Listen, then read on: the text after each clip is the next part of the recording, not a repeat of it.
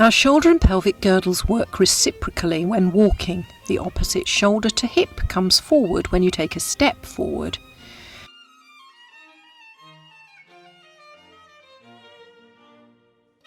If we want to walk and move efficiently and not risk falls, we need to ensure this opposite movement is working freely and easily, which is often not the case, especially if we've experienced a trauma on one side of the body, or if we tend to sit or lie on a favoured side, such as when you're side sleeping at night, or when you tuck your legs up on one side of you when you're sitting on the couch in the evening.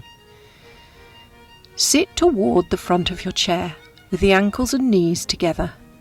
We're going to be moving your knees, but they are really operating your pelvis. Keep the not working leg stillish, though you may experience movement in the pelvis, and that's okay. You just don't want it to wander off to one side, as it will affect your assessment of which side of the pelvis is operating more freely. Notice any skips and judders in the movement and keep it slow and smooth. You're making a circular movement but not a square one with your knees. Watch the movement with your eyes to evaluate the range of movement, as you will have got used to a twist in your sacrum. Your brain has literally forgotten what straight is, so your brain thinks it has a balanced movement pattern in the hips. But you can see quite clearly with your eyes, and possibly have a felt sensation, that it's not straight, it's torqued. Inhale. Exhale and push your right knee forward. Circle it away from your left leg. Then draw it back and finally return it to the start point. Notice any skips and judders in the movement. Keep it slow and smooth. Was it easier to push or pull? Push the knee forward or pull it back? Now let's try the other knee and hip and draw a giant circle with them. Inhale, and on the exhale push your left knee forward, out, back, and return it to the start position. Which knee was easiest to push forward? Which pulled back best? If one knee was much more easily able to be pushed forward, that's a very muddled sentence, but anyway, you know what I mean. It means your pelvis is jammed forward on that side. You may already know this because you experience low back pain on that side. Another way to look at it is, if that one side didn't come back very easily, then it's already pushed forward and it's jammed forward and hard to bring it back. Let's try it one more time, being mindful of one-sided stiffness in the pelvis. Let's try it again then, moving first one knee, then the other. Out in a big circle away from the other knee, noticing which is pulling forward best.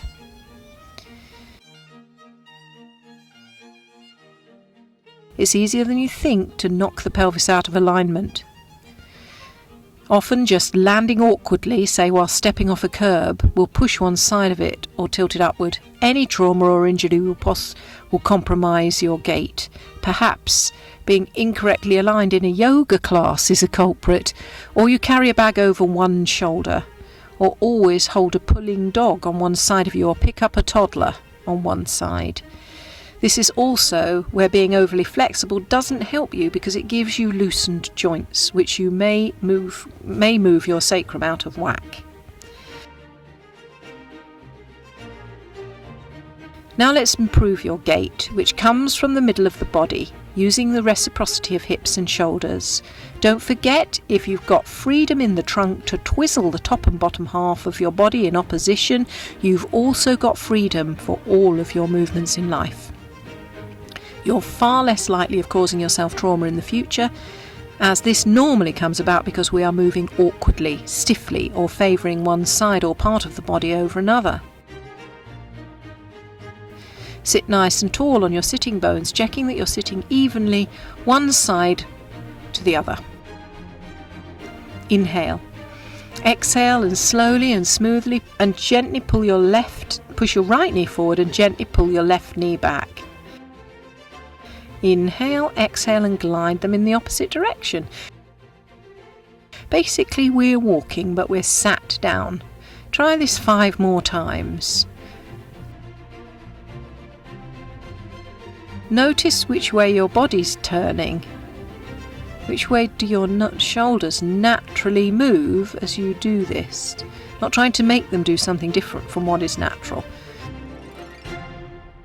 Keep going with this pushing of knees forward and pulling of the opposite one back. After your 5th time, deliberately bring your shoulders into a reciprocal pattern to your hips. Inhale. Exhale and draw your right knee forward, and at the same time twist your trunk muscles to bring your left shoulder forward. Now inhale, exhale and switch so that the left knee comes forward and the right shoulder comes forward. Try to move slowly and smoothly, noticing any skips or jagged patterns. Notice how it feels to be twisting across the middle of the body to bring about this movement pattern. Keep going. Let's try it another few more times to get this ease of movement in the trunk muscles.